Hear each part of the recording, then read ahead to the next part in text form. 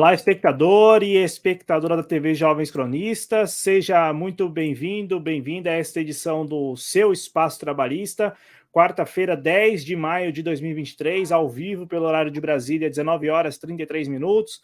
Peço, como sempre, o like, a inscrição aqui na TV Jovens Cronistas e também no canal Em Nome da Rosa. E, claro, se puder contribuir financeiramente, sempre é muito válido. Estando ao vivo, participe pelo chat, pelo bate-papo. Comigo, como sempre, aqui o parceiro Cristiano Araújo, do projeto Em Nome da Rosa. Boa noite, Cristiano, tudo bem? Boa noite, Cláudio. Boa noite aos nossos espectadores que estão chegando e aqueles que vão assistir depois. Ainda bem, né? A gente está tendo uma boa repercussão aqui no programa. Eu estava vendo, Cláudio, que tem lives nossas, estava vendo as lives em alta e pelo menos uma das nossas está entre as 10, né? E a gente teve algumas lives aqui nesse ano que já deu um resultado bem bacana já, e está repercutindo bem também lá no meu canal. A última live deu quase 500 visualizações, né, em 24 horas. Então, a gente fica muito contente que o pessoal está buscando o conteúdo, está se interessando pelos temas, a despeito de qual governo é ou deixou de ser, mas o pessoal está se interessando nos temas e isso, claro, deixa sempre a gente mais empolgado para a gente produzir mais conteúdo e estar aqui toda semana trazendo as nossas análises para vocês. E como era de se esperar, hoje vamos novamente, né, para temas fundamentais. Hoje a gente vai mudar um pouquinho aqui a dinâmica do programa, porque a gente tem se centrado muito sobre o Brasil. E é verdade que eu venho já pincelando um pouquinho, né, sobre alguns temas da América Latina.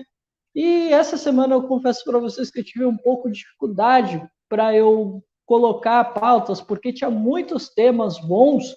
Eu disse, não, vamos inovar, eu já estou pincelando um pouquinho sobre a América Latina, estou acompanhando, vamos colocar aqui um tema sobre a América Latina para a gente dar uma inovada, trazer alguma coisa nova para o programa.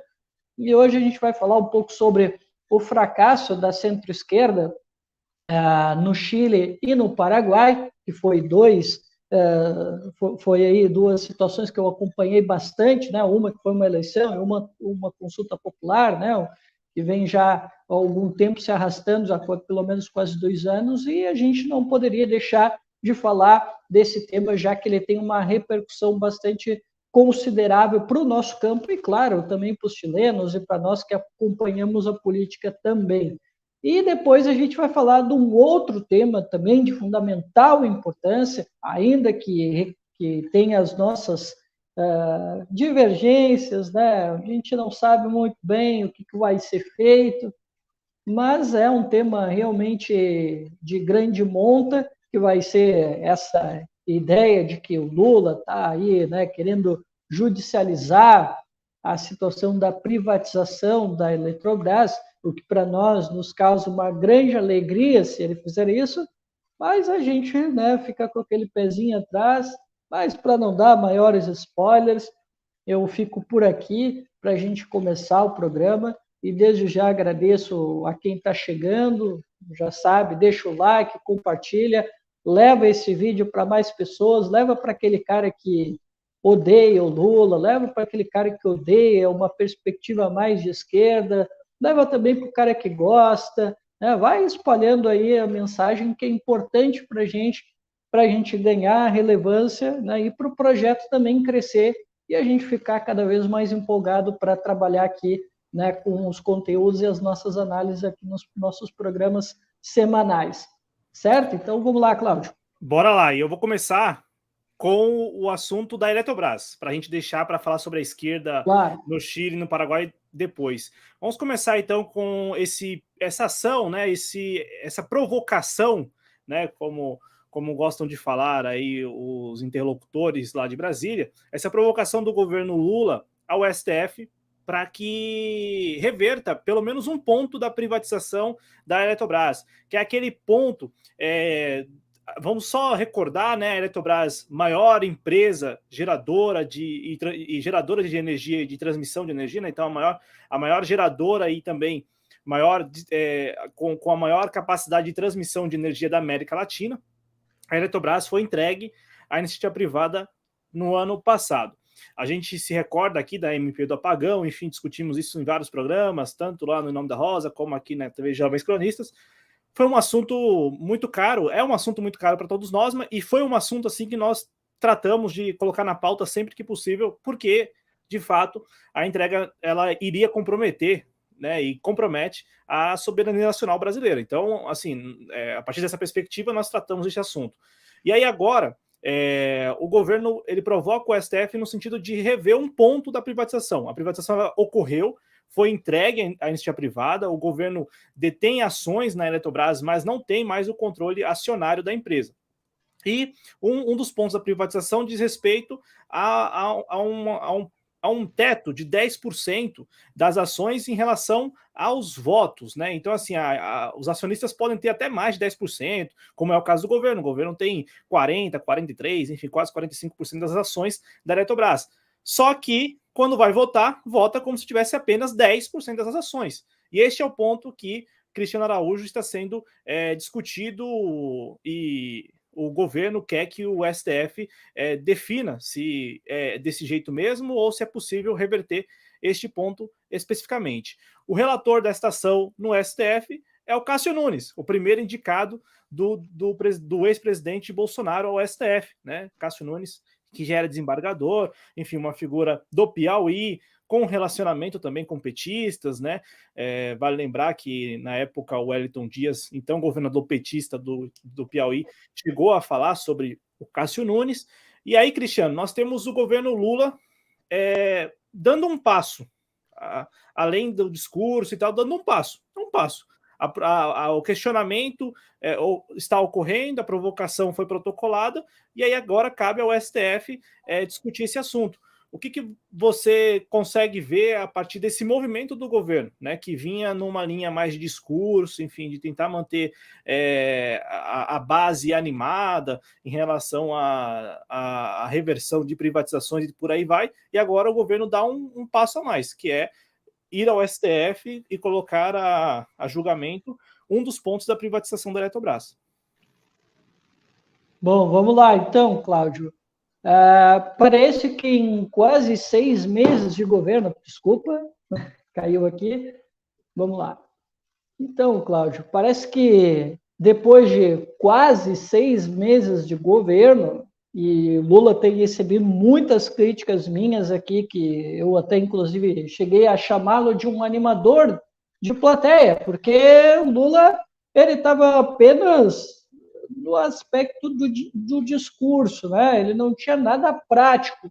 Ele, às vezes, falava alguma coisa para agradar a plateia A, a plateia B, a plateia C, mas não havia nada de prático. Agora, finalmente, o Lula mexe alguns pauzinhos e vai numa direção que nos agrada, que é de buscar uma reversão, pelo menos em algum ponto, para que a gente possa ter alguma autonomia para dizer não na Eletrobras, que é uma empresa importante para o Brasil, que sofreu com uma privatização criminosa, né? E aqui a gente pode estabelecer um paralelo, né, com outras situações que a gente já colocou aqui. Vale lembrar, né, que foi uma consultoria externa que disse que, não, tudo bem, pode privatizar, que a empresa é ineficiente e a gente tem que privatizar mesmo. Para quem não sabe, quem recomendou a privatização da Eletrobras e também recomendou a privatização da CE, que é a empresa estatal de energia aqui do estado do Rio Grande do Sul, foi uma das consultorias contratadas pelas lojas americanas, né? Foi uma delas. E aí aconteceu o processo, já que não havia uma maioria da esquerda para barrar, e infelizmente aconteceu a privatização. E aí, Cláudio, a gente mudou o governo e voltamos novamente, né? Que havia aqui a minha crítica de que o Lula ele não falava na reversão das privatizações, e isso foi uma promessa de campanha, vale lembrar, né? O Lula falou em campanha que ele reverteria a privatização, e vale lembrar que, inclusive, as próprias instituições brasileiras reconheceram que havia algumas coisas, no mínimo, estranhas na privatização da Eletrobras, né? Foram apontadas, se eu não me engano, foi o TCU, Cláudio? Só me lembra, foi, né? Foi o TCU que viu que tinha algumas coisas estranhas e que isso, inclusive, virou um argumento, né, para os petistas, né, para que se pudesse fazer essa luta política. E, Cláudio, se fizer essa luta política, que a gente não sabe qual vai ser o desdobramento dela, por mim, Cláudio, terá o meu apoio e eu saúdo a iniciativa do presidente Lula de fazer, de encampar essa luta real, porque um país que não tem soberania energética jamais pode se dizer um país desenvolvido. Ele jamais poderá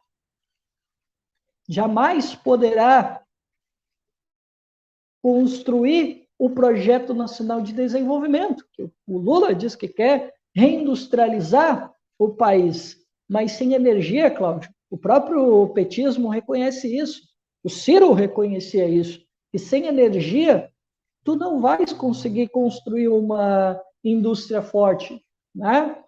Então, amigo, se não fizer esta luta agora, se o governo não se empenhar, mesmo que seja no sentido de apenas ir nesse ponto da decisão, de a gente ter um poder decisório, para não deixar acontecer mais estragos dentro da companhia, e que, inclusive, Cláudio, já foi apontado que já está dando problema, né? Já está dando problema, não é boa a gestão da Eletrobras, já tem sido apontado problemas. Então, assim, é um passo importante que o governo dá, né? Mas, como eu disse, né, na nossa introdução, é um passo que eu guardo com certas reservas, porque a gente sabe o governo que temos e o problema de origem, né, que a gente já denunciou inúmeras vezes e que pode, de alguma forma, atrapalhar essa luta tão importante que a gente apoiaria sem o menor problema. Eu vou dar aqui minha opinião bem rápido. Eu penso que o governo ele saiu do discurso e colocou em prática algo, né? Eu vou até trazer aqui. Eu fiquei muito pensativo em relação a essa notícia, porque daqui a pouco a gente vai discutir aqui outros pontos, as nuances aí desse pedido. Mas assim, me parece acertada a decisão de ir ao STF e contando com a boa vontade, assim, e é boa vontade apenas mesmo, dos ministros do STF. Porque você mesmo lembrou na sua fala, o TCU se posicionou várias vezes apontando irregularidades. Mas no final das contas, o TCU também foi lá e chancelou o processo de privatização da Eletrobras. Exatamente. E aí ficou aquela impressão, né, de que estavam barganhando com isso, né, com o julgamento da situação da Eletrobras naquele momento, né. Agora, a parte que me parece muito interessante dessa discussão. O governo acerta, é verdade, o governo acerta. O governo vai contando com a boa vontade dos ministros, é verdade. E aqui abre um parênteses. E é um parênteses assim que também é muito essencial nessa discussão. Mas então tudo tem que cair no colo do STF. Então, tudo é o STF quem decide, seja para chancelar a privatização, seja para reverter um ponto da privatização. Olha, desde pelo menos sempre, o STF se coloca como um poder moderador. E de 10 anos para cá, isso tem se intensificado. É verdade. O STF tem se colocado cada vez mais como um poder moderador, né? E isso não vale apenas para este assunto, vale para todos os assuntos. Tanto é que nós estamos aí acompanhando o STF já colocando para julgamento, isso numa demonstração muito clara de que ou o Congresso Nacional discute o PL das fake news, ou o STF vai lá decidir. Ano passado, antes da eleição, que nós tivemos o TSE e o STF tomando decisões que caberiam apenas, exclusivamente ao Legislativo, mas tomaram decisões para tocar a campanha eleitoral e por aí vai. Então, fechando esse parênteses, a crítica que algumas pessoas devem estar se fazendo neste momento. Ah, mas é o STF. Cara, o STF, enquanto poder moderador, está aí estabelecido. E isso transcende para muito o tema da Eletrobras. Então, assim, eu particularmente penso que a boa vontade dos ministros, neste caso, reverta este ponto da privatização. Né? Reverta esse ponto da privatização. É o que eu particularmente espero e acredito que seja o mais interessante diante dessa situação. Qual situação? O Brasil, ou o governo federal, a União, não tem mais o controle acionário da principal empresa de geração e transmissão de energia. Não do Brasil, mas da América Latina. E como disse o Cristiano, estamos tratando de um aspecto essencial para a reindustrialização, para o desenvolvimento do país. Então, assim, que a boa vontade dos ministros, e é disso que nós estamos falando, pelo menos na minha perspectiva, de boa vontade mesmo, porque, vamos lembrar, são os mesmos ministros que chancelaram o processo de privatização da empresa e de outras tantas empresas, né? São os mesmos ministros que fazem parte do lobby neoliberal, são os mesmos ministros, mas que a boa vontade, neste caso, pelo menos, né, vale aí para a União retomar, ainda que minimamente, como disse o Cristiano, poder decisório na empresa, né? E como diz o Cristiano, a empresa que desde que foi privatizada, mesmo com campanhas de marketing, mesmo tendo à frente o Wilson, que é tido, nossa, o Wilson, é o Wilson Pinheiro, imagino, né, salvo engano, é o Wilson Pinheiro o nome do presidente da Petrobras, que já era presidente da Petrobras na gestão ainda do desgoverno Temer e desgoverno Bolsonaro. Esse cara é tido como o suprassumo da gestão de empresas do tipo e do porte da Eletrobras. Por quê? Porque ele faz o serviço que o lobby pede, né? Que é geralmente, como a gente tem notado, e é bem comum essa prática, a destruição das empresas por dentro. E ele fez isso na gestão, antes de entregar para a iniciativa privada. Fora, Cristiano, que eu quero também que você comente, fora o que nós vimos durante a tramitação da medida provisória do apagão e, posteriormente, naquela decisão de abrir para os trabalhadores a possibilidade de adquirir ações da Eletrobras com recursos do Fundo de Garantia. E nós vimos a coisa de um mês e meio, a chiadeira de alguns trabalhadores mesmo que estavam vendo os seus recursos decaírem, porque como são ações de mercado, enfim, né? Aí estavam indo para os grandes barões. Exato, havia uma transferência, né? Há uma transferência, mas houve uma chiadeira porque as ações estavam caindo, principalmente depois da eleição do Lula e tal, e aí tanto é que nós vimos aí vários especialistas, entre muitas aspas, né, de finanças, falando, não, se acalme, não é por aí que a coisa vai andar. Só que agora, com essa decisão do governo, que na minha avaliação, e pelo que você também falou, ela é positiva, há já que é o debate neoliberal, né? A questão da segurança jurídica e tal, como que isso ficaria.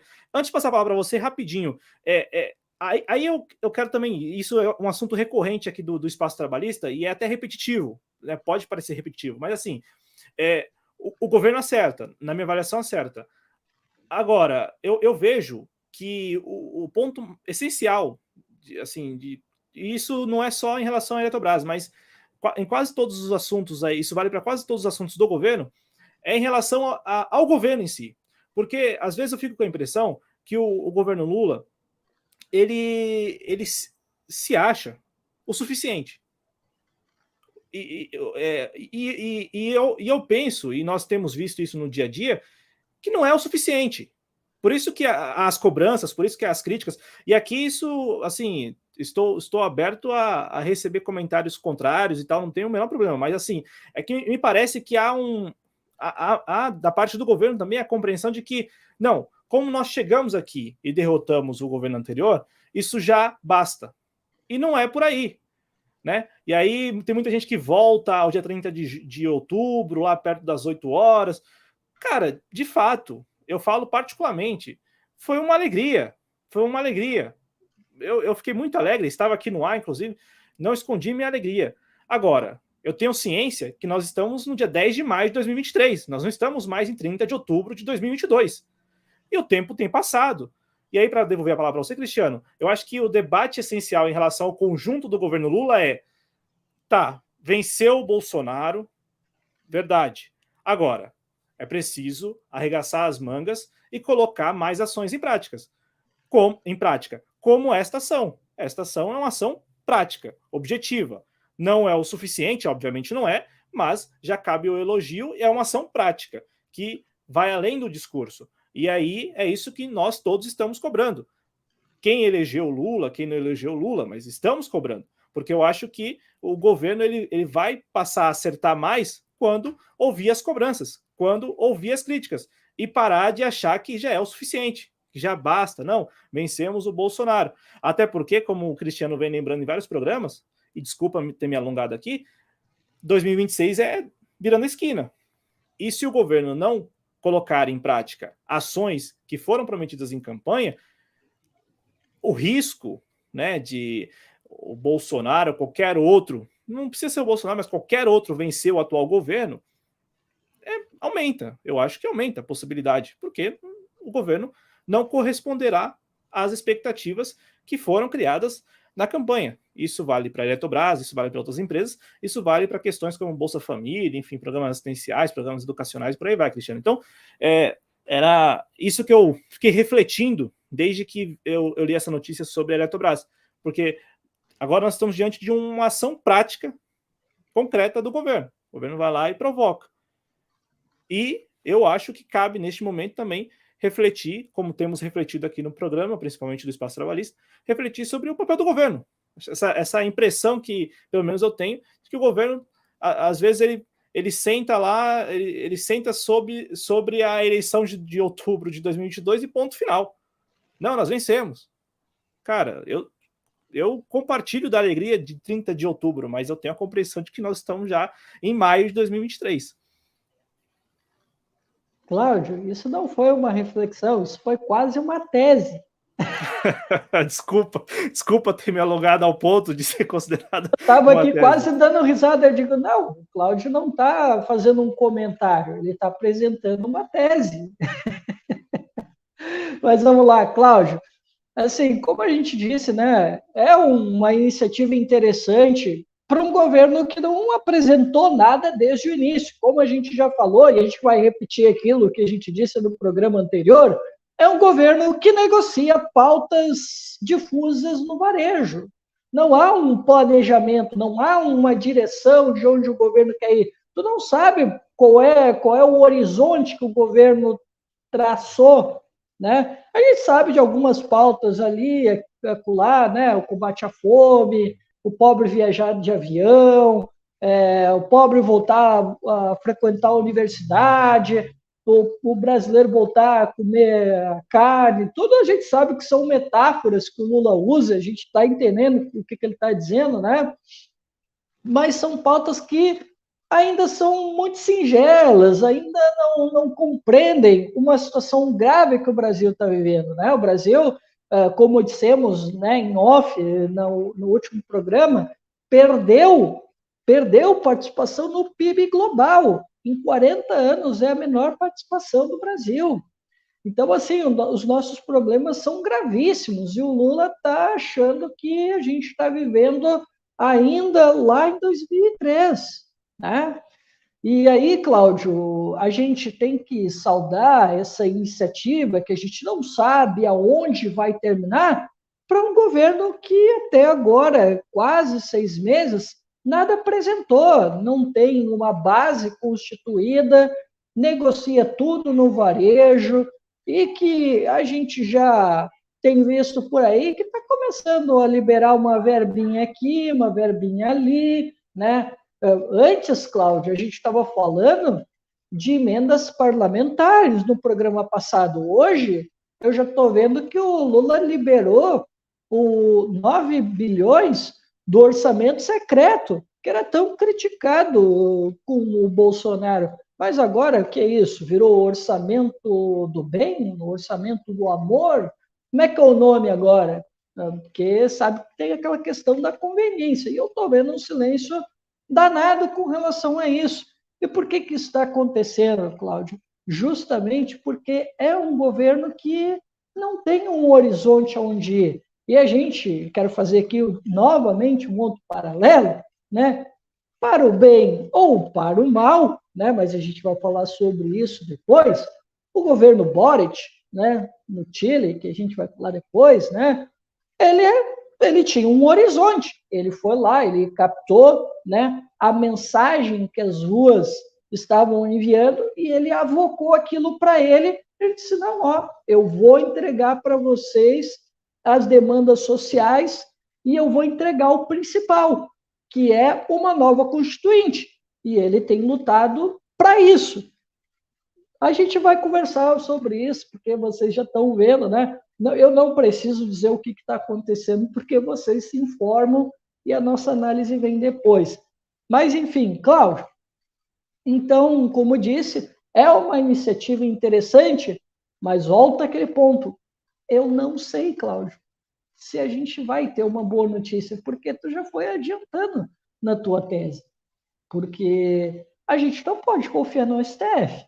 Né? O STF foi quem deu a salvaguarda ao Congresso Nacional de fatiar a nossa principal empresa, aquela que gera a maior produtividade, a nossa Petrobras. Foram eles que permitiram essa ideia de fatiar a empresa e criar subsidiários e não precisar passar pelo Congresso. Né? Foi o STF que decidiu. E a gente teve outras decisões que o STF chancelou a entrega do patrimônio nacional. Então, não é um egrégio tribunal confiável dentro de uma perspectiva de soberania nacional. E mais, né, Cláudio? Sendo o relator o Cássio Nunes, que tudo bem, tu até lembrou aí, né, do passado, que ele tem as ligações com o petismo, mas a gente tem visto como é que ele tem atuado. Inclusive, ele nos trollou aqui, né, numa perspectiva, aqui numa das nossas análises, que a gente pensou que ninguém ia ir contra o trabalhador com relação a um novo entendimento com relação à taxa referencial no FGTS, e, no entanto, ele foi lá e pediu vista, né, contra tudo aquilo que a gente imaginou.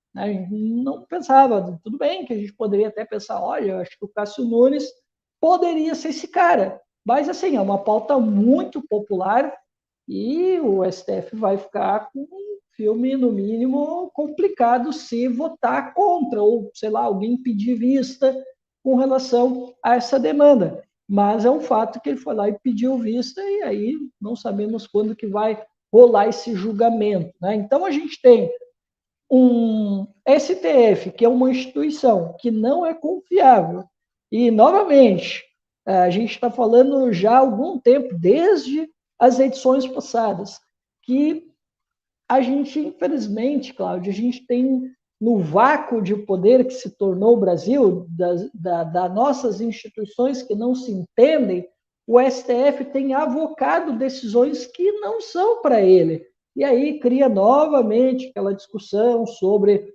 a harmonia entre os poderes, porque o STF começa a decidir coisas que não deveriam ser da alçada dele, que às vezes são matérias que devem ser decididas lá no Congresso Nacional.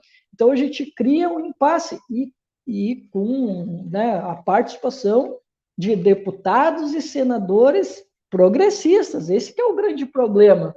Mas nesse ponto aí, Cláudio, olha como a situação é delicada. A gente não pode confiar no STF e a gente é contra essa questão da judicialização.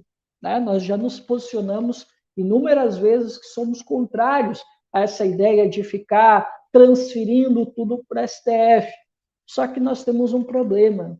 que o Congresso é totalmente antinacional. Eu diria, sem o menor problema, que esse é o Congresso mais antinacional da história do Brasil. Com certeza. E digo isso não só pelo seu passado, né, pregresso que a gente já viu, mas o Arthur Lira se manifestou agora recentemente, dizendo que é um temor o que o Lula está fazendo, que os mercados vão ficar preocupados, que pessoas e países que investem na Eletrobras vão ficar assustados, eles não vão querer investir mais na empresa e também no Brasil, porque daqui a pouco pode chegar um governo interventor, né, e pode atrapalhar os planos daquele pessoal endinheirado, que a gente sabe quem são. E aí, Cláudio, a gente chega numa situação em que o Lira, ele disse, não, olha, se ele quiser dizer que não, a partir de agora não vai ter mais privatização, tudo bem, ele pode até dizer isso, não tem problema, mas ele não pode mexer no jogo que está jogado. Essas foram as palavras, né, do nosso primeiro-ministro não oficial, né, dado o poder que o Arthur Lira tem dentro do Congresso Nacional. Né? Então, assim, ao mesmo tempo, a gente não pode contar com o Congresso, que é totalmente antinacional, e nós não podemos contar também, né, com o STF, dado que nós temos, né, um histórico do próprio STF de entrega do patrimônio nacional. Né? A gente teve mais de um caso, a gente citou aqui o caso da Petrobras, porque, né, é uma empresa que tem uma repercussão internacional, certo? E também, Cláudio, e aí recai aqui, né, a minha desconfiança. Pode ser, Cláudio, que o STF acolha, né, talvez ele possa fazer essa discussão, pode querer até avançar, pode acontecer. Vamos dar uma de inocente aqui, né, de, não, tudo bem, o STF vai discutir a matéria e tal, só que aí tem um problema, que foi exatamente essa fala do Arthur Lira. E, Cláudio, a gente já falou isso no programa e vamos repetir. E não é eu que estou falando. Quem falou isso foi tu, e é uma conclusão que a gente tem sobre o governo Lula.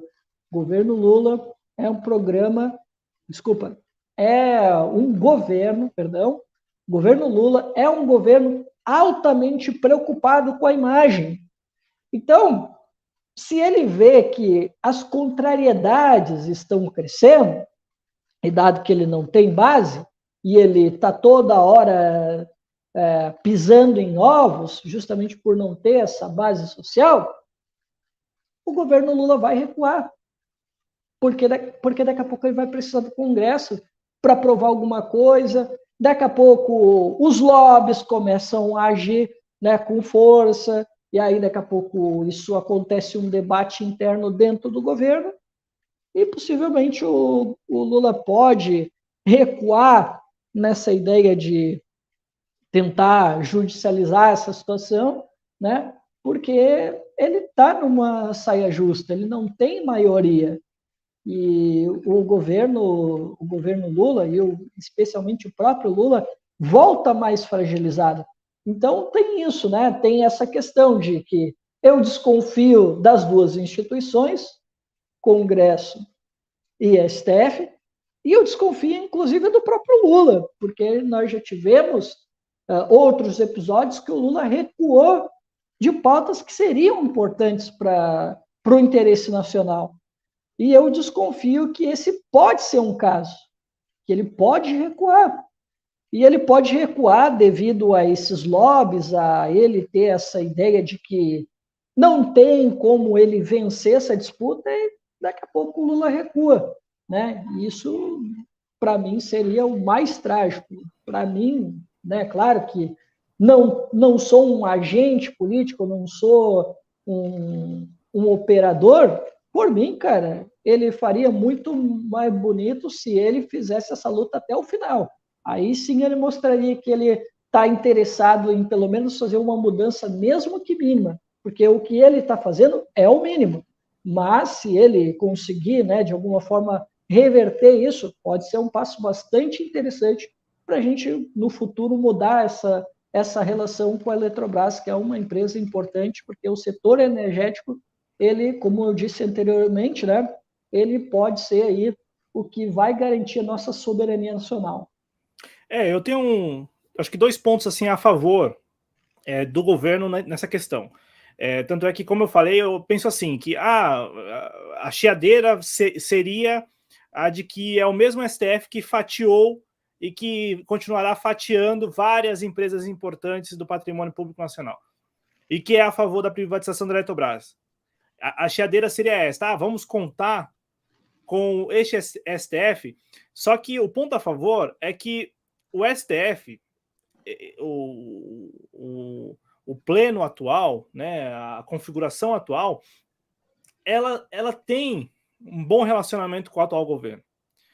E aí, quando eu falei do Cássio Nunes, claro, a atuação dele no STF é uma atuação que diverge dos outros ministros, né? Assim, no geral. Só que, por exemplo, a decisão dele de pedir vista na ação que discute, né? Discute a correção do fundo de garantia, ele tomou aquela decisão e prontamente, olha só, né? Prontamente o ministro da Fazenda telefonou para ele, agradecendo a decisão. O ministro Haddad entrou em contato com Cássio Nunes, falando muito obrigado, Cássio Nunes. Então o governo Lula foi lá na figura do Haddad e telefonou para o Cássio Nunes. E isto, quem disse foi o próprio Haddad, né? Que entrou em contato para agradecer, porque isto, como já discutimos no programa sobre o fundo de garantia, também pesa para o governo, né? A correção, a maneira como se dará a correção. Então, assim, em resumo, acho que o ponto a favor do governo é que o atual STF ele tem um bom relacionamento com o governo. Então, e como é algo tão mínimo, né? Porque, em outras palavras, você tem 40% das ações e hoje você vota como se tivesse só 10%. Que você volte a votar com os 40, mas não com 51 como você tinha antes, ou 60 como você tinha antes, porque antes a União, junto com o BNDES, tinham aí mais de 60% das ações da Eletrobras, hoje tem menos de 50%. Então, assim, o pedido também é muito mínimo, ainda que este mínimo seja muito positivo, como já falamos. Então, eu vejo como ponto positivo o relacionamento, o trânsito que existe entre o STF e o governo. Eu acho que nesse sentido, o governo pode esperar uma decisão favorável a esse pedido. O outro ponto, que também me parece assim positivo e favorável, né, mais favorável do que positivo ao governo, além deste do relacionamento e tal, é que o presidente Lula, ao tomar essa decisão, ele agrada não só a sua base, como também, como estamos aqui comentando, pessoas que não necessariamente compõem a base, mas que concordam com a ideia de que o Brasil precisa retomar a soberania energética por meio da Eletrobras. E isso abre uma janela que, na minha perspectiva, como a gente e você mesmo falou, com o Congresso que nós temos e tal, dribla o Congresso. Então, é um ponto favorável a uma decisão também positiva a favor da retomada não do controle acionário, porque não é isso que está colocado, mas do governo ter o grau de influência que deve ter por ter lá 40% das ações, e não como os outros que têm no máximo 10%. Então, eu acho assim, Cristiano, que são 2 pontos. O primeiro ponto é o trânsito e o segundo ponto é o drible que o governo faz ao Congresso, que de fato é, de longe, o mais antinacional, e o próximo vai ser ainda mais, e por aí vai, como disse o Ulisses Guimarães, né? Quem acha que o atual Congresso é o pior não sabe o que está por vir. E é isso mesmo. Então, assim, driblou o Congresso, driblou essa ideia de ter uma base. Mas a segurança jurídica, como é que fica? A força do lobby, o mercado financeiro. Olha, o lobby, eu particularmente acredito que o lobby só vai surtir efeito se o lobby for feito sobre os ministros do STF. Aí eu acho que nós vamos pesar qual é o trânsito que tem o governo e qual é o trânsito e qual é a influência que tem o lobby, que a gente já sabe que é um lobby dos poderosos, então é um lobby que tem muita influência. Mas eu imagino que, neste caso, como é uma situação também muito pontual, mínima, de retomada mesmo, assim, não do controle acionário, mas de o governo ter a influência que deve ter por ter lá suas 40% de ações, eu acho que dá para esperar uma decisão positiva. Dá para esperar, na minha perspectiva, dá para esperar uma posição, um posicionamento, uma decisão positiva. E é aquilo, o Cássio Nunes, só para não deixar essa ponta solta, o Cássio Nunes tanto é que quando ele foi escolhido, muitos bolsonaristas chiaram, né? Porque, pô, ele é mais fisiológico do que bolsonarista, ainda que eu também não concorde muito com essa alcunha de, fulano é bolsonarista e tal, mas é isso. No final das contas, o Cássio Nunes, ele é um sujeito da política, né? Ele é um sujeito dos bastidores e tal, que conseguiu chegar lá, né? Chegar lá no STF. Bom, Cláudio, então, vamos lá. Vamos ao outro ponto, né? Já que tu falou dos lobbies, né? Bom, a gente sabe que esses lobbies ele tem uma força muito grande, ainda mais que a gente sabe que quem manda no Estado é a burguesia, né? A gente já sabe isso.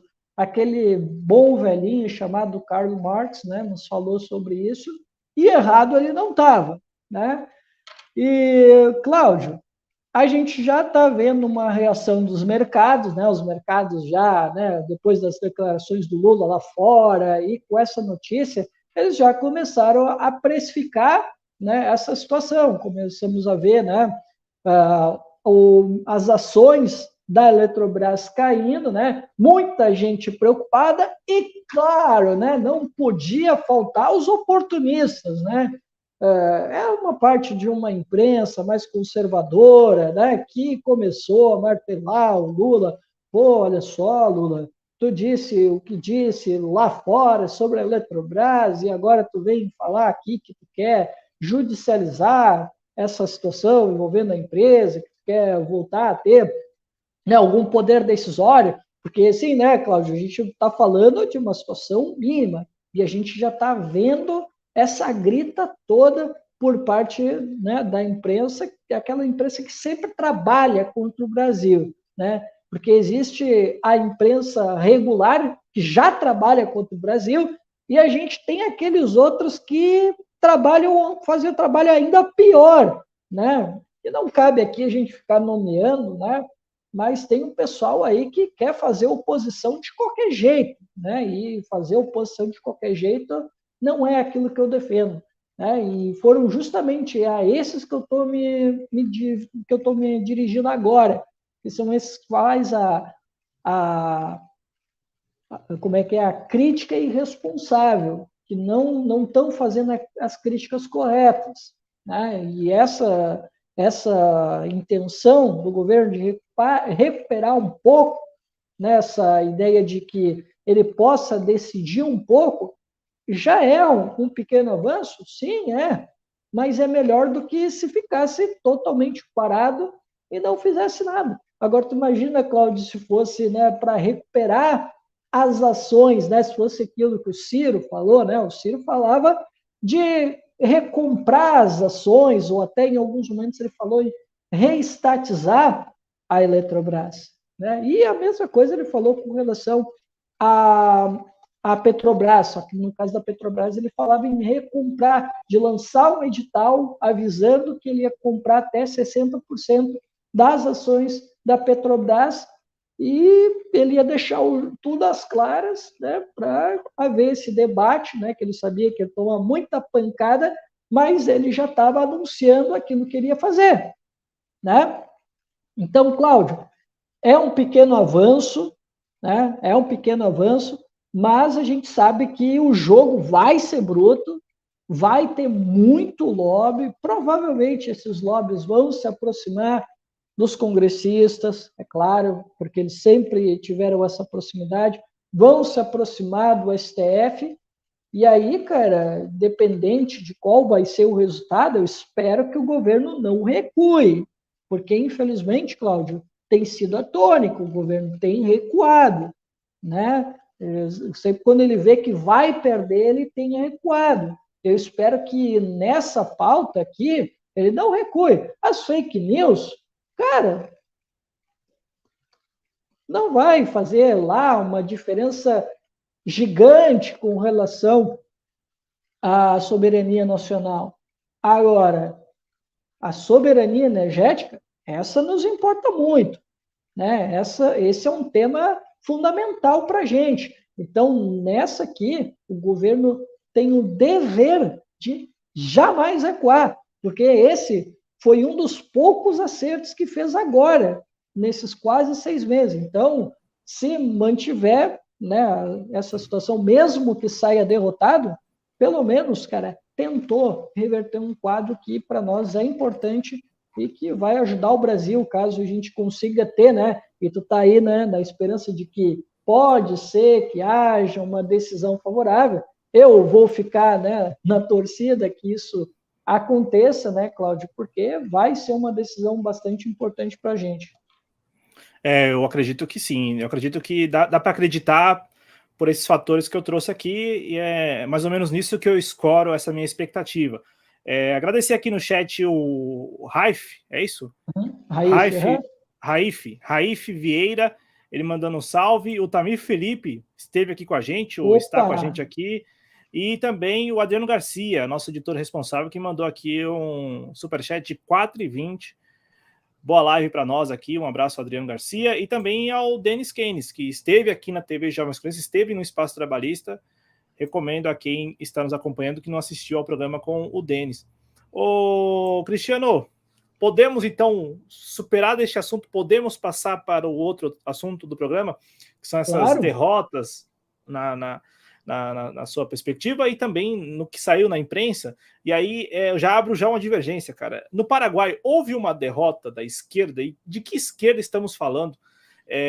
Porque no Chile nós temos lá no Chile tem um presidente de esquerda, né? Enfim, aí o pessoal aí começa aquela discussão se é bem de esquerda ou não, mas enfim, mas é aquele cara que saiu, né, líder estudantil, enfim, ele preenche os requisitos, né?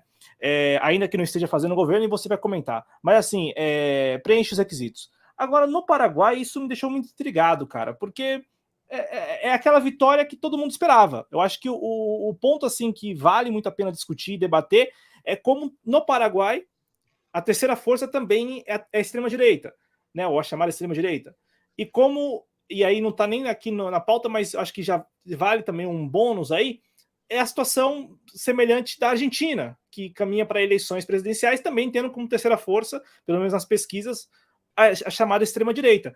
E no Paraguai eu fiquei intrigado porque, assim, a esquerda perdeu e tal, mas de que esquerda estamos falando no Paraguai, que é governado pelo Partido Colorado há décadas, né? Só teve um intervalo ali de 10 anos apenas, né? Uma janela de 10 anos em que o Partido Colorado não governou o Paraguai. Do contrário, desde 54, desde a década de 50 até... Que período foi esse, Cláudio, perdão?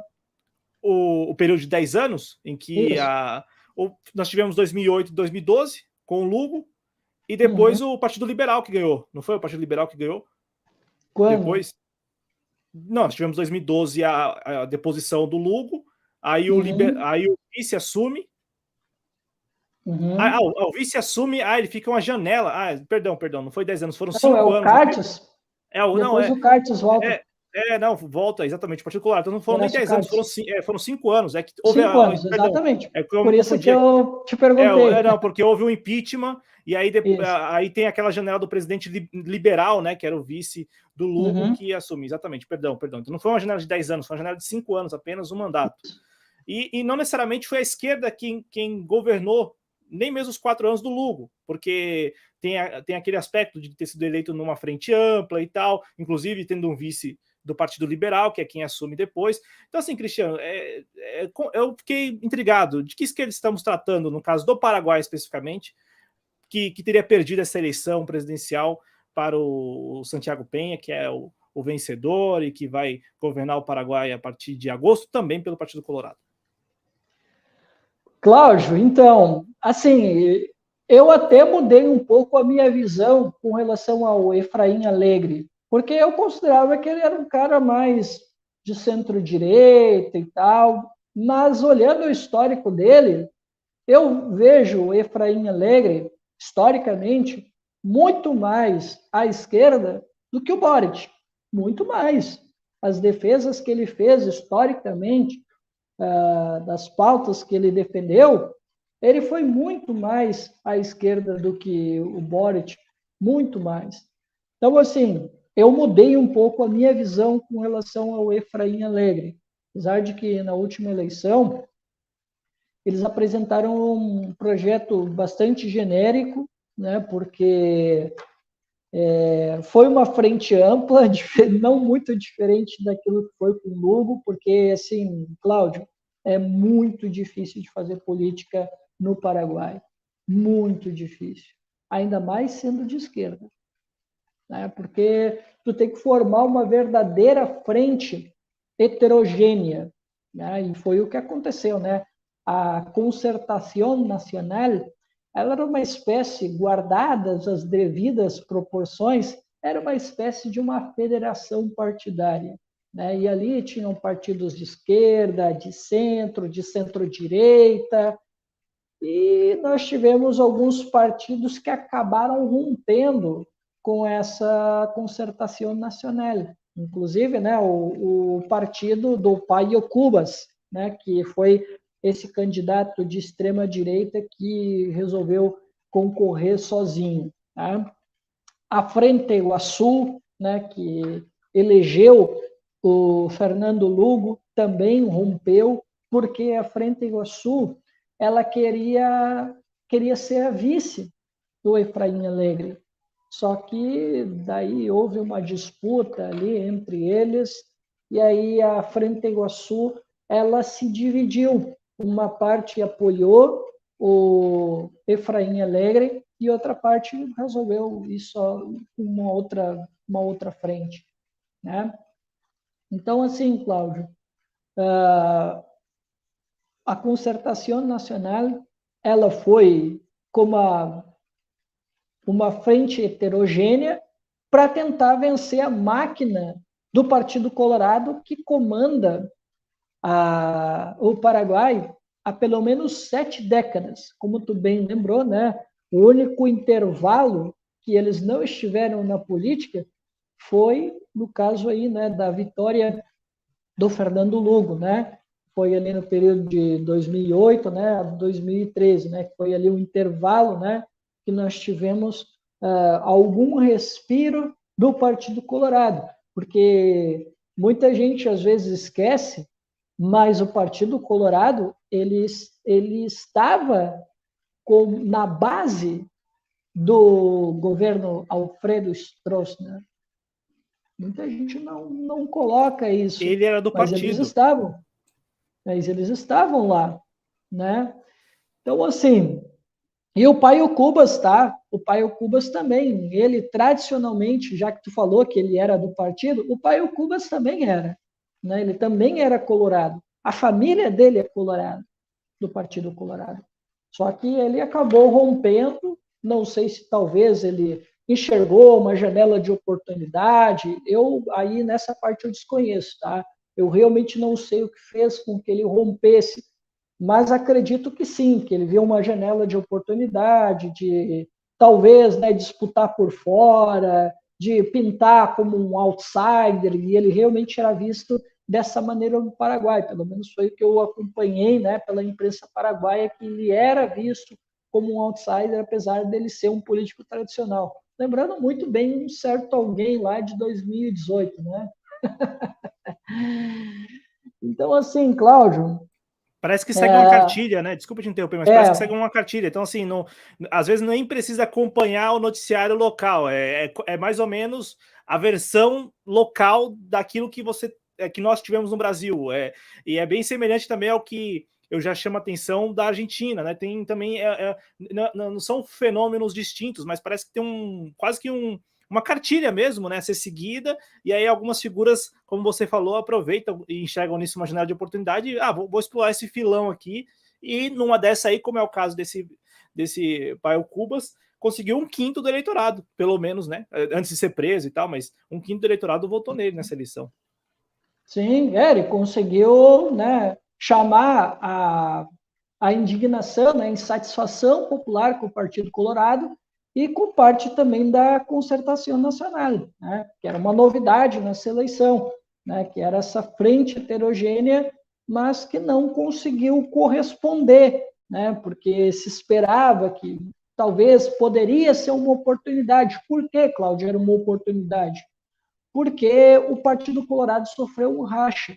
Porque, assim, o Marito, né, o Mário Abdo Benítez, ele não gosta nem um pouco do Horácio Cartes, que é o presidente do Partido Colorado. Eles são adversários mesmo.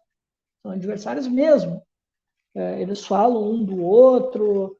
E o Santi Penha, vale lembrar uma curiosidade aqui, em 2018, ele concorreu na interna do Partido Colorado e perdeu para o Marito, né? Mas aí tem aquela coisa, ele e o Santi não se dão muito bem também, pelo que eu sei, né? Até por causa dessa divergência entre grupos, né? Porque o Santi, ele é do grupo do Horácio Cartes, o Horácio Cartes é o padrinho político dele, né? O Santi foi ministro da Fazenda do governo Horácio Cartes, né?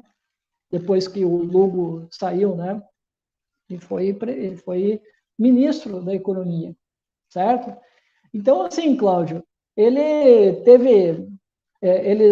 tiveram esses atritos e também tem uma situação externa, que foi os Estados Unidos, que teve uma interferência dentro da política doméstica, que o Horácio Cartes, a gente já sabe, tem uma série de problemas, né?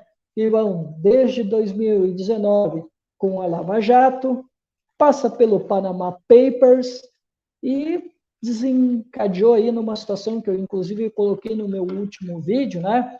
Que é uma acusação de terrorismo internacional, de colaboração com um grupo terrorista islâmico, só para te dar uma ideia. Então, assim, são acusações que pesam contra o Horácio Cartes, né?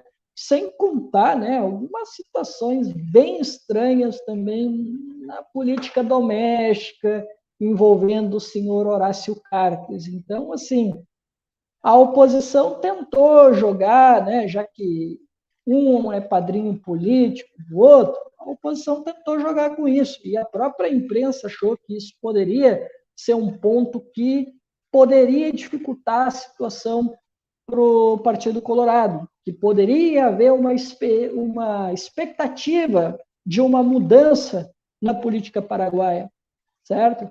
Só que aí é que vem o problema. Aí é que vem o problema. Apesar de ter se reduzido o valor, né, da campanha do Partido Colorado, o Partido Colorado tem uma máquina absurda. Eu tenho mantido diálogo com um amigo que ele administra a página do Partido Febrerista, que seria o Partido Trabalhista lá do Paraguai, e ele me contou algumas coisas sobre o aparelhamento do Partido Colorado, que, cara, é de dar inveja o que os caras fizeram. Sabe? É um aparelhamento estatal mesmo. Ele, para ter uma ideia, ele estava dizendo que a ex-sogra dele teve que declarar filiação ao Partido Colorado para ela assumir um cargo público de professora no Estado. Só para te dar uma ideia. E assim, ó, eles deixam faltar alimentos, assistência social, deixam faltar as coisas para que as pessoas, sabe? E assim, Cláudio, eles têm muita gente fora do partido que são porta-vozes ou que trabalham de alguma forma para o partido. Fora, eles têm todo um trabalho de base nas comunidades mais pobres. E, cara, o Partido Colorado faz assistencialismo na cara dura. Na cara dura. Tá faltando leite? Passa lá na sede do Partido Colorado. Assim, cara, desse jeito. Desse jeito. Então, cara, eles têm uma máquina muito poderosa. Então, por mais que tenha se reduzido os recursos, eles têm uma máquina muito forte. Então, era isso que estava em jogo.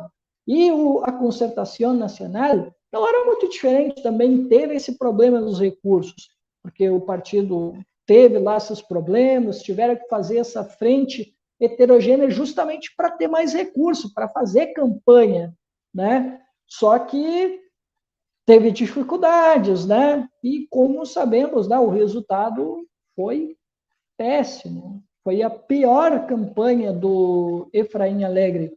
O Efraim Alegre quase venceu em 2018, numa eleição para lá de suspeita, que teve suspeitas de que houve manipulação no resultado, inclusive, né? Ele ficou ali por 3% para alcançar o Mareto. Foi uma vitória muito apertada. E o outro pleito que ele concorreu contra o Horácio Cartes, que tem uma moral muito grande, afinal ele é um grande empresário, dono de banco, né, do Banco Basa, que inclusive, né, o Santi Penha, ele foi conselheiro desse banco, do Banco Basa, do Horácio Cartes. Olha como é que são as relações, né? E aí, Cláudio, o partido, a Concertação Nacional, essa coalizão política, ela tinha todo esse desafio, tinha toda essa máquina contra ele, mas a mídia achava que, devido aos escândalos envolvendo o Horácio Cartes, e não só ele, mas outras figuras do partido, né, e o partido estava sofrendo um certo racha ali, né, poderia ser uma janela de oportunidade para a oposição, ainda mais que as pesquisas, porque os institutos, novamente, né, os institutos de pesquisas internacionais, inclusive do Brasil, o Atlas, né, apontou que poderia haver a possibilidade de uma vitória apertada do Partido Colorado. Só que, novamente, Cláudio, não aconteceu. A gente viu, né, uma derrota fragorosa da Concertação Nacional, né? Vimos ali, né, quase, na verdade, quase não, né? É isso mesmo. 15 pontos percentuais de diferença entre o Santi Penha e o Efraim Alegre, né? E quando a gente vai olhar, né, nos departamentos e nas câmaras, a coisa é muito pior, porque eles conquistaram 49 assentos de 80. No Senado, eles conquistaram, acho que foi 23, eu não lembro direitinho o número, mas acho que foi 23 dos 45 assentos. Tá?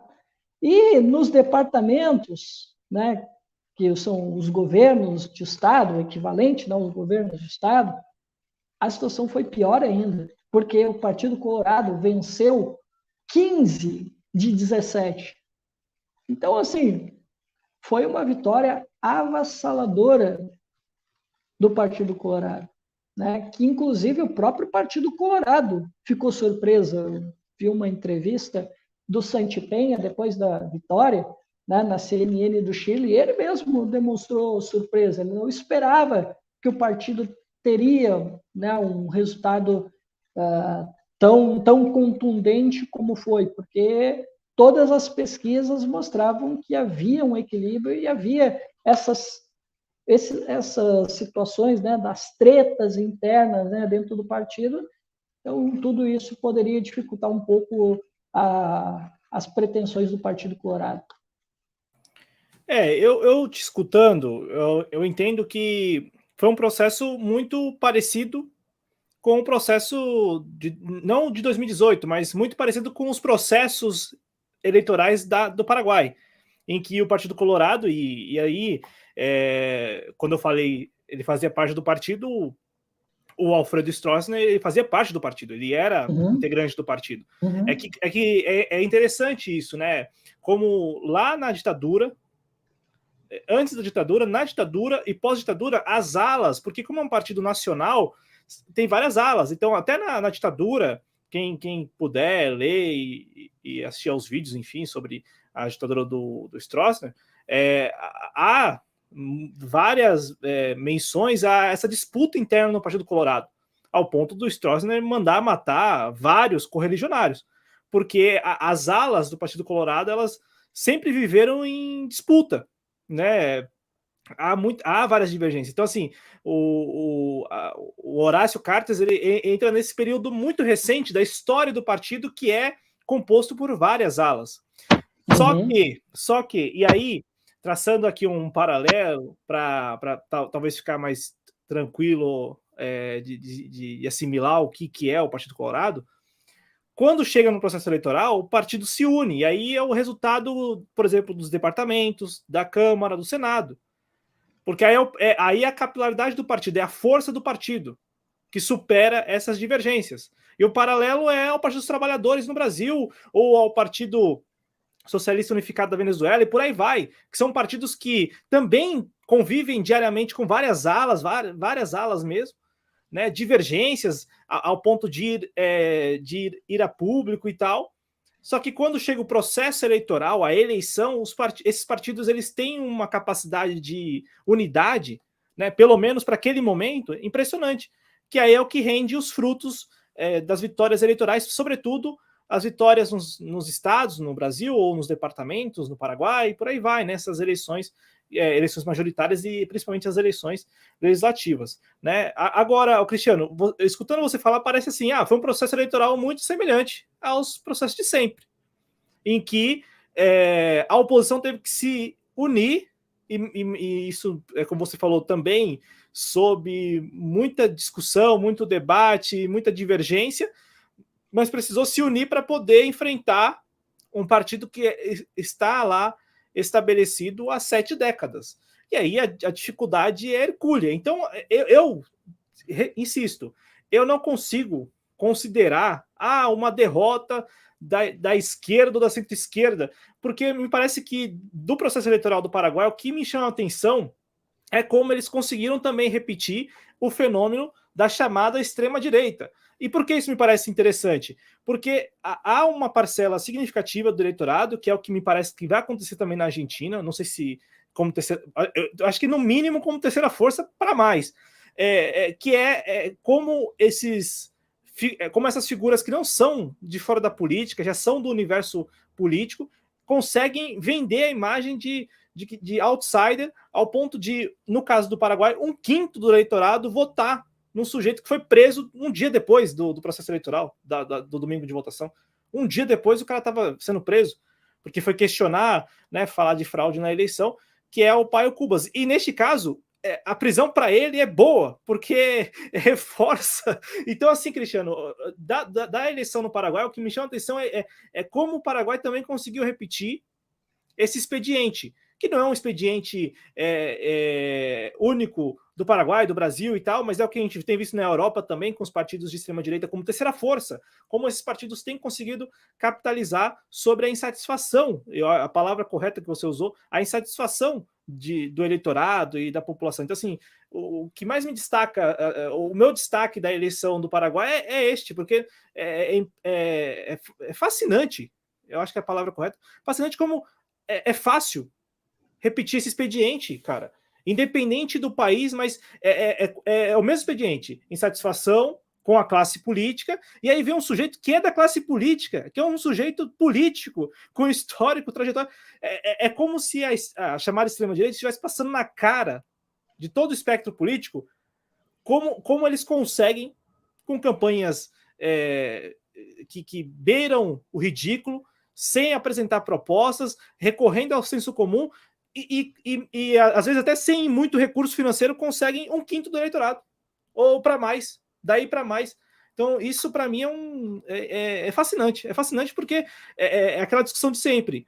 A esquerda, a chamada esquerda e tal, que é um debate que precisa ser feito e tal, eu concordo, como já fizeram aqui no chat, a esquerda tem se perdido aqui e ali, mas o outro lado, o que seria o outro lado, que é considerado outro lado, que é a chamada extrema-direita, ela passa na cara, assim, como a gente diz no popular, passa na cara como é fácil para eles, não é eleger e tal, mas como é fácil para eles se colocarem como atores políticos relevantes, ao ponto de, hoje, no Paraguai, ser a terceira força, como é em Portugal, como é na Espanha, como é na Alemanha, e como tudo indica também, já é na Argentina e pode chegar até a ser enfim, né? Aí se você puder comentar, você que também acompanha a situação na Argentina, pode chegar até, né? Enfim, não seria um disparate falar que o Javier Milei, né, argentino, libertário e por aí vai, pode chegar lá a Casa Rosada. Então, sabe assim, Cristiano, isso para mim é o destaque.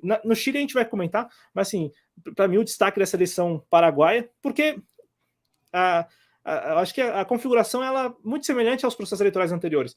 E assim, em 2018, sim, como você falou, a disputa estava acirrada. Agora, em 2023, até o que parecia que iria acirrar a eleição era tudo muito abstrato.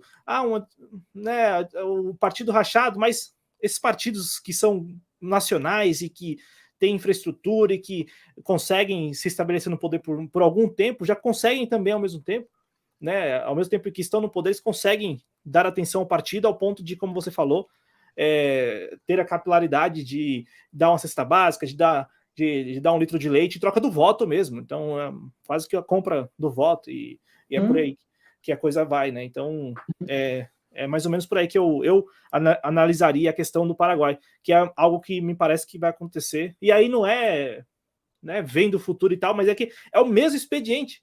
E aí ninguém consegue combater, ninguém consegue evitar que esse expediente ele se repita e alcance mais pessoas, né? E é o que a gente não é vendo o futuro, né? Mas você também não concorda? Tipo assim, você olhando para a eleição que vai acontecer em outubro na Argentina e vendo o Javier do jeito que tá, e agora o Paio Cubas no Paraguai, você não acha que tipo, é quase a mesma coisa que vai acontecer por lá?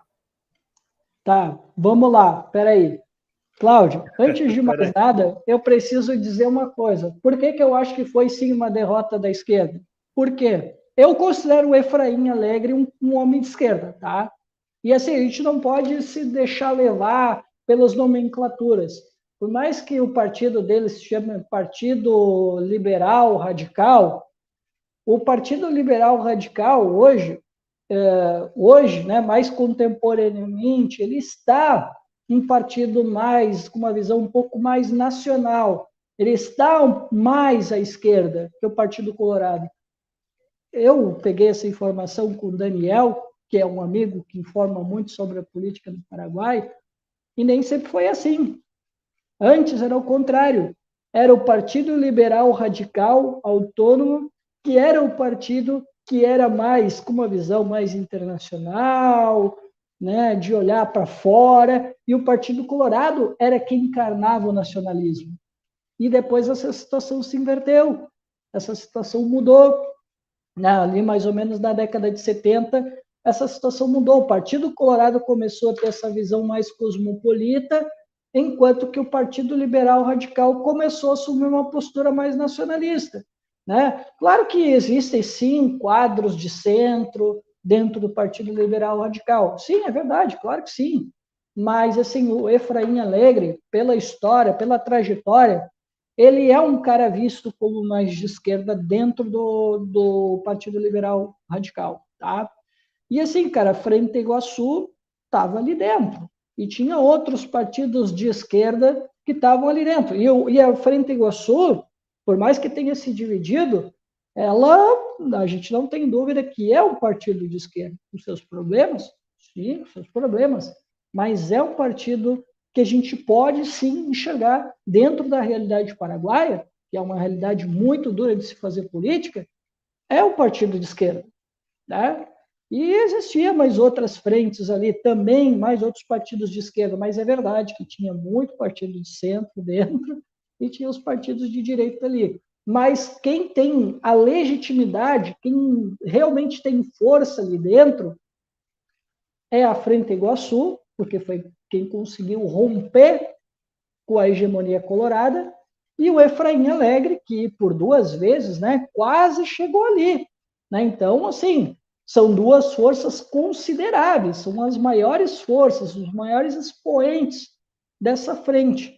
Por isso eu considero, sim, que podemos considerar, sim, uma derrota da esquerda, porque eles eram as grandes potências, os grandes expoentes dessa concertação, né? E, Cláudio, e aí eu quero falar uma coisa aqui, né, que é uma lição para a esquerda brasileira. Pode até tirar um corte isso de repente. Olha só, o que o Brasil pode aprender com o caso paraguaio?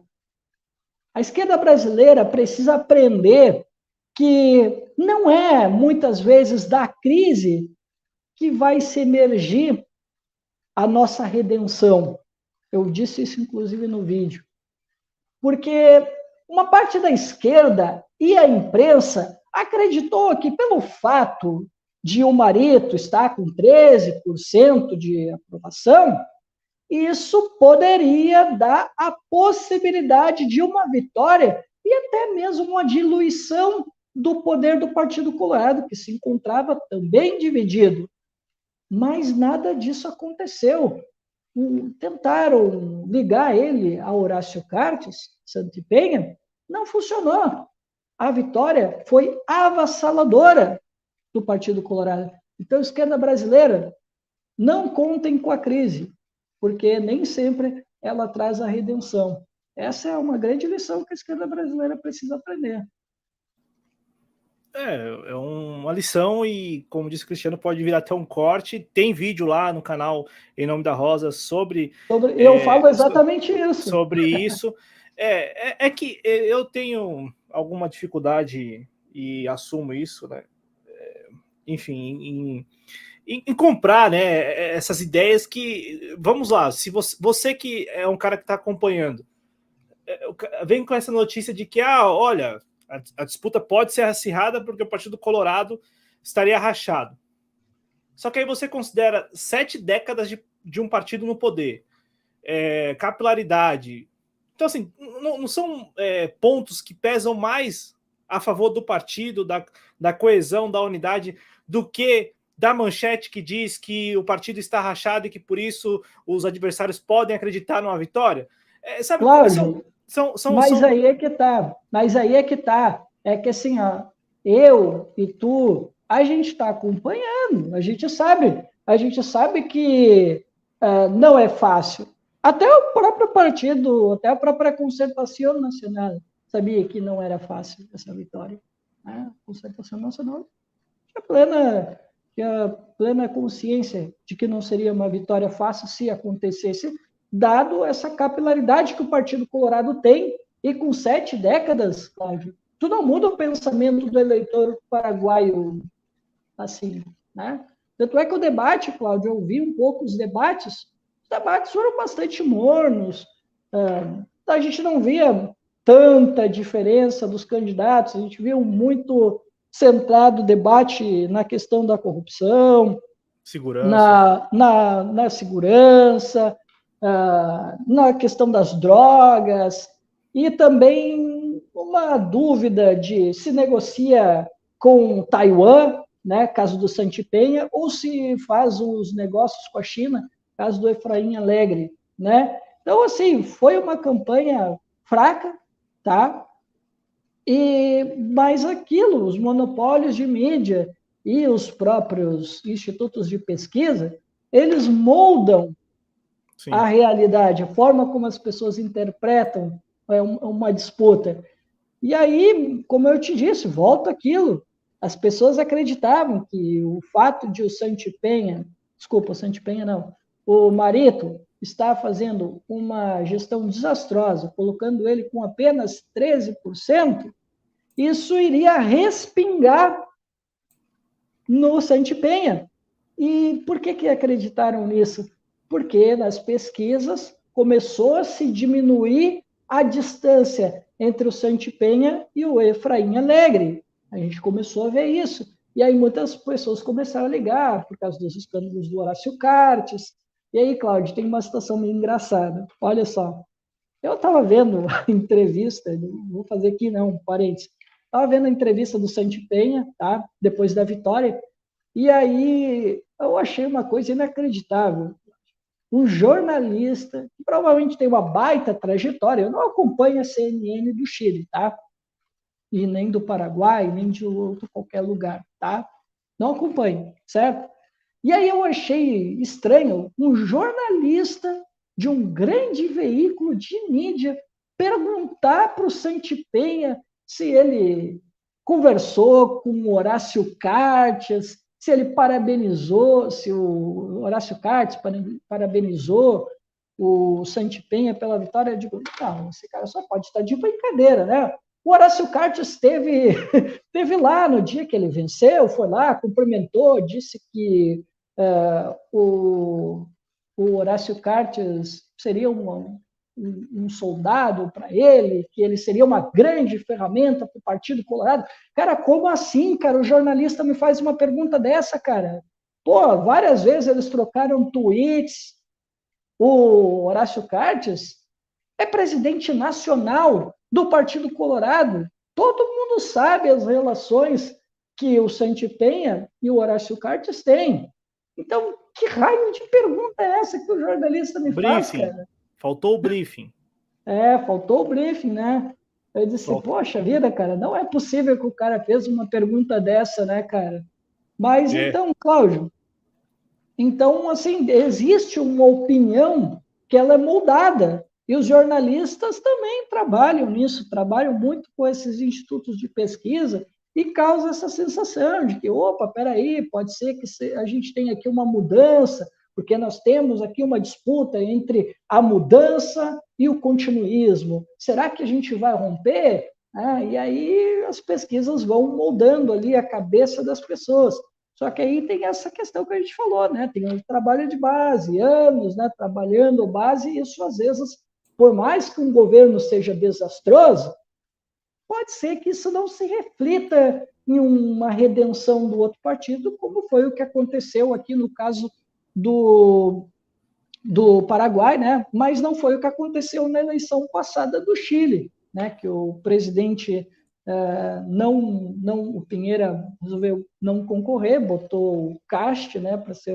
Na verdade, o Cast nem era o candidato dele, né? O candidato dele era outro, o candidato do Pinheira era outro, que foi um fiasco, né? Mas o Cast era aquele cara que tá, beleza, né? Segundo turno contra a esquerda, tamo junto, né? Mas não rolou. Só que aí é outro processo, né? Tanto é que questiona-se até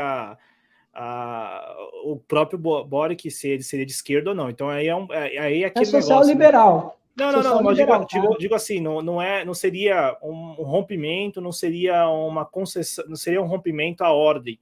É isso que a vitória do Boric, ela não representa um rompimento à ordem, nunca representou e agora no governo muito menos. Mas eu digo isso porque você falou da mídia e dos jornalistas, a moldura da realidade do Chile é que houve um rompimento. Não, então, assim, o bom do espaço trabalhista é que nos permite a gente distinguir uma coisa da outra. Porque, às vezes a gente se perde, e muitas pessoas, você disse isso, né, agora, nós aqui não. Por que nós não? Porque nós temos... a gente se perde às vezes também. Não, mas assim, faz mais parte. difícil. Eu, assim, não é me gabando, não, mas é bem complicado me vencer nessas questões, assim, que eu vejo que é uma moldura mesmo, que não tem pé na realidade. O Boric, é como eu falei no início do programa, tipo, ele preenche os requisitos. Aí você vai lá ticar lá, vamos lá, candidato de esquerda, líder estudantil, participou de manifestação. Check. É como se fosse um checklist, né? Checklist. Tem um checklist. Depende de pautas de identidade. Pá. Check. Então, assim, preencheu. Ele preenche todos. É jovem, pá. Você preenche todos os requisitos. Ele preenche todos os requisitos. Agora, a construção política dele, com quem ele se relaciona. Bom, na campanha mesmo, na campanha eleitoral, já assim, estava muito claro, né? Sabe, é um processo, traçando um paralelo de novo, né? Partido Colorado, PT, é um processo muito semelhante com o que nós temos. Partido Colorado e PT, eu falo pela dimensão, pelo tamanho, pela capilaridade. Claro, né? Não é essa comparação. Mas tanto é que, assim como a extrema-direita repete o expediente, tem quem, por exemplo, veja no Guilherme Boulos um Boric. Sabe, eu tô jogando aqui... Sim, nos nossos grupos internos a gente chamava, é o Boulos do Chile, a gente falava. O Raif, que não sei se ele está aí, mas o Raif é prova que a gente chamava lá no grupo ele de o Boulos do Chile. Então, e aí eu faço o caminho inverso, por quê? porque tudo indica que no ano que vem o Guilherme Boulos vai para uma disputa, mais uma disputa de uma majoritária que ele pode vencer, né? Em 2020 ele foi para o segundo turno aqui em São Paulo, na disputa pela prefeitura. Em 2024 há uma expectativa, já saiu até pesquisa apontando que ele é um dos primeiros colocados aí da disputa. Então, assim, e você vai observando como o cara vai se moldando também, porque pega o Guilherme Boulos de 10 anos atrás e pega o Guilherme Boulos hoje. Tanto é que tem aqueles memes, né? O cara de terno hoje, o cara 10 anos atrás aí no acampamento aí do MTST, ou falando para veículos independentes, porque não tinha acesso à TV Globo, mesmo sendo de uma família, né? E veja, família e tal, mesmo assim, mas ele não tinha mesmo, ele tinha a aparência, e aí, já que a gente falou de moldura e de mídia, ele tinha a aparência de revolucionário, e a mídia o tratava como sendo um revolucionário, a grande mídia, né? Vendia a imagem do Boulos como um sujeito revolucionário. Hoje a grande mídia aceita conversar com o Guilherme Boulos porque ele vem fazendo ele faz parte de um processo, ele vem tocando um processo de readequação mesmo, né? De postura política, de militância e tal. É verdade, mesmo que ele negue, mas é verdade. Ele mudou drasticamente em 10 anos, o Guilherme Boulos. E aí isso acho que vale para o Boric, que há 10 anos atrás estava lá nas manifestações, não sei o que, e chegou à presidência. Não é o mesmo, ainda que sempre façam esse link, né, do cara lá nas manifestações presidente. E eu imagino, sei lá, o Boulos vencendo qualquer eleição, o cara do MTST chegando à Prefeitura de São Paulo, ou chegando a qualquer posto, ou como já fizeram, chegando à Câmara dos Deputados, só que com menos entusiasmo, né? Então, assim, Cristiano, eu não sei se você quer já falar do Chile ou você passa no chat primeiro? O que você acha melhor? Posso passar no chat? Aí depois eu... Passa no chat primeiro, depois a gente passa para o Chile. Vamos lá, então. A gente já vai para o Chile, mas antes agradecer aqui a participação do Rui Casas Novas. O Rui Casas Novas, salvo engano, ele está fazendo um programa com o Noé. É isso, Cristiano? Ele é de Portugal, não é isso? Isso, é de Portugal. De Portugal. E ele escreveu aqui, ó, a esquerda perde em vários países porque ela se distrai com questões laterais e na economia governa como a direita. O mundo esqueceu o que é a esquerda democrática. E aí ele escreveu, né? Ser esquerda é redistribuição de riqueza, é investimento social, é impedir a concentração de poderes econômicos. Nada disto é sequer proposto por esses partidos ditos de esquerda. E assim, vou passar a palavra para você, Cristiano, sobre os comentários do Rui, mas vamos lá, para a gente debater um pouco. O Paio Cubas, ele conseguiu 1/5 do eleitorado. E ele não é de esquerda. Não é de esquerda. Ele é anti-esquerda. Não é isso? Ele é anti-esquerda. Muito anti-esquerda. Então, ele é muito anti-esquerda. Na Argentina também tem o Javier Milei. Aqui no Brasil nós temos o Bolsonaro aí. Lá em Portugal mesmo tem o Chega. E por aí vai. El Salvador, nós tivemos um cara que se fingiu também de outsider, né? Que é o Bukele, né? Isso. Que nasceu num partido de esquerda. Olha que loucura, né? Ele nasceu num partido de esquerda, foi prefeito, né, de duas cidades, se eu não me engano, até, e ele coringou, né? Acabou coringando depois de um tempo, né? Porque ele teve umas tretas, foi expulso do partido, inclusive, né? Da frente, como é que é o nome? É Frente Foribundo Martim? Isso. Eu não lembro o nome direitinho do partido. Mas ele foi expulso do partido e aí eles acabou, né, indo para um outro partido, não lembro se era de centro-direita, se era de centro, enfim. Ele pegou uma legenda, exato, isso, ele pegou uma legenda para se eleger. Aí depois ele fundou um partido, segundo ele, sem ideologia, né? É um cara que... E ele se vendeu como outsider e ele tem uma popularidade absurda.